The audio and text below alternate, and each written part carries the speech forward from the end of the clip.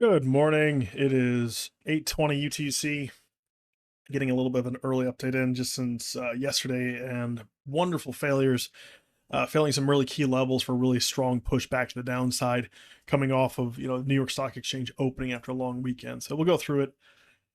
A big thing here to look at liquidity wise, getting a bit of a higher time frame outlook. Yeah, there's still quite a bit of good stuff down here at 54K. We've actually cleared out almost everything. Actually, we have cleared out everything that we were doing back from August. So realistically, all we have left now is like the very beginning of August, that kind of like massive higher low structure. For right now, it looks pretty rough to the downside. We reverse it really quick from the New York Stock Exchange open. We got a bearish retest of the lows, retest of some flipped levels, and then some continuation to the downside. Looking at the local price action as far as like the liquidity and expected liquidations, one thing to note here, where we actually were seeing from Monday uh, pretty decent amounts of shorts coming in, and it looked like people were trying to short into an upside move. That flipped as soon as we started swing failing yesterday before the open. So right in like literally in the early morning hours, as everything was looking kind of decent, they started flipping basically as we were going up, trying to long the higher low continuation.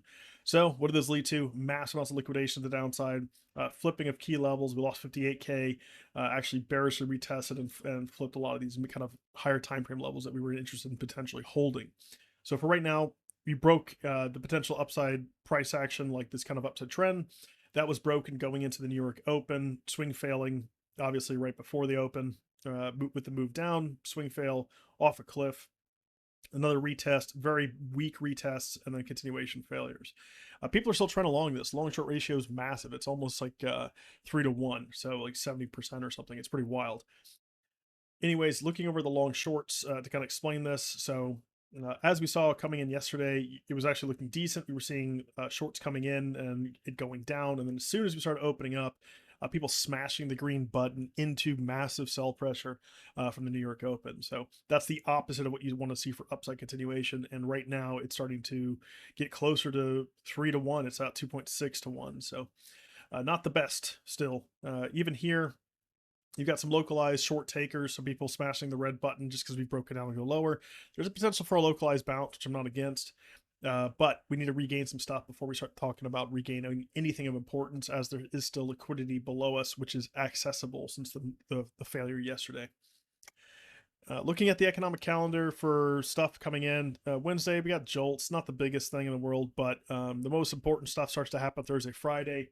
And if these numbers don't come in positively, we saw ISM and S&P manufacturing coming in really poor yesterday, which kind of contributed into that opening dump. But at the same time, the big stuff to look for on Thursday is an hour before the New York Stock Exchange opens. You get the initial jobless claims, as well as Friday with non-farm payrolls, unemployment rate, average hourly earnings. Like, so Friday's gonna be a big one, and if it's bad data, just watch out for a real nasty bloodbath. So that being said, we have done a major move down. There's the last really remaining kind of long liquidity that wasn't taken out from that dump on the 5th of August is just around 54K and potentially down to 52K. So we can go through that. Looking at trading light yesterday, so we actually saw some orders coming in, actually looking kind of positively here later in the evening after we were breaking down. These guys were actually pulled. So as we started swing failing into the New York Stock Exchange Open, they pulled those and basically said, nope, we don't care. And those, even though they looked like they got filled, they were not. They were pulled. So those got these longs that were resting as well. The local stuff, they got pulled as soon as we made a local retest failure of some high structure, nuked and off a cliff as all of the longs got pulled below it. Since we started making the move down, we do actually have 55K stepping in with a couple hundred Bitcoin in longs potentially to hold price. The big thing you're looking for is that any amount of potential short pressure, like we saw from yesterday, is a potential area for some retracement back to the downside. For right now, there's a lot of shorts down here that are trying to break out short it. Like, so this candle, if you look at the liquidations, there's quite a bit of longs being liquidated in this candle as well. Early this morning. However, also quite a bit of shorts as they were trying to break out short the lows for continuation dump. This cleaned out two things. It cleaned out quite a bit of that open interest. Open interest was still growing until you did the swing fail. Once you start breaking these lows, and then all of a sudden it started flipping and started wrecking out quite a bit of the traders that were trying to long into the high move. But yes, open interest broken down now back to, below previous levels that were pretty looking okay. Not the biggest flush out, but we still have quite a bit of stacking below us to potentially try and hold price. So that's still kind of promising, the fact that there's a lot of stuff stacking here. Lots of shorts are still in place at that point, right at around about 57K, which we can look at. So let's look at the footprint. So the big stuff, yeah, there's quite a bit of short stepping in here, quite a bit of shorts in the deltas. You can see quite a bit of short structure, very, very strong shorts, especially with the down move, but most of these actually have already been liquidated, as we see below us. So for anything to really gain in here, I want to see some local higher low gains. We're potentially doing it now. It's just not super clean. I'd rather see some kind of like expansion move back up to retest stuff, and then we can kind of like reassess at that point. But the higher time frame, as we said, talked about the trend yesterday, still technically down. We are still trending to the downside, and then that big break and continuation nuke yesterday kind of erased any potential upside movements that we were getting from Monday, early Monday morning. So in any case, watch that for potential downside continuation. That's still the likely move. But for right now, there's some trap shorts that might get punished if we come back up to test a little bit higher.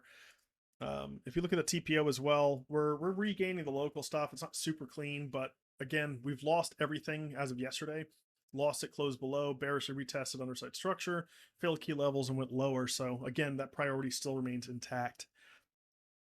Looking over to trading view for the plan. So plan was, if we do flip 58.3 to come back down to the weekly and lower, we did, had a continuation move, no bounce, no play.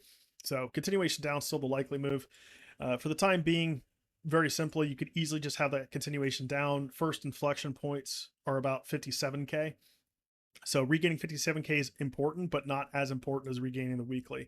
So I'm going to probably adjust that a bit and say, well, until we regain the weekly, the downside move is still likely.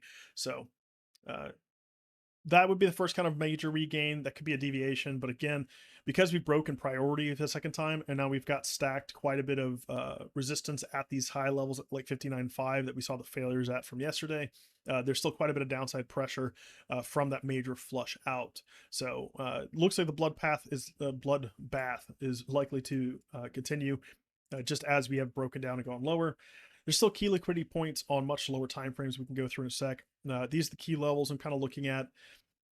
61.5 is still like the major regain to kind of like solidify a reversal trend back to the upside. Until that happens, you've effectively now failed back to the downside. So to put this in perspective, we'll go on the 4-hour and then look at the local price action structure here. So what we've actually done is the big inflection point, that the failure at 57K is basically this dotted line. We failed below that, and because we failed below that, we failed back into the previous range. Now, we had a first bounce at a massive demand zone. There's still a lot of stuff left to test in this demand zone, and really simply, if we don't get holds at these test zones, like, we will likely see 51K again with that kind of move down. For the time being, yeah, that's the obvious direction of the liquidity as well. Let me turn these off real quick. So still looking to see some kind of taps down here. If we do another little tap down at 55.3, don't really want to start clearing this low. If we do, I think the likelihood of going back down to 52K, 51K is pretty likely, just based off the local liquidations. We're now taking out the 10X and 20X stuff we've built up, giving everything above us a continuous free ride. So watch for those continuation failures. The 4-hour still looks wrecked as of basically that inflection flip yesterday, 58.3. We had the flip, the bearish retest went lower. So yeah, still downside priority. There's no real change here until you actually start regaining levels to go higher. You want to see the price action that we saw on Monday being continued with strong retests. Until we get good retests, the priority is definitely still down. The higher time frame trend is still down. So keep that in mind, and I'll catch you guys tomorrow. Peace.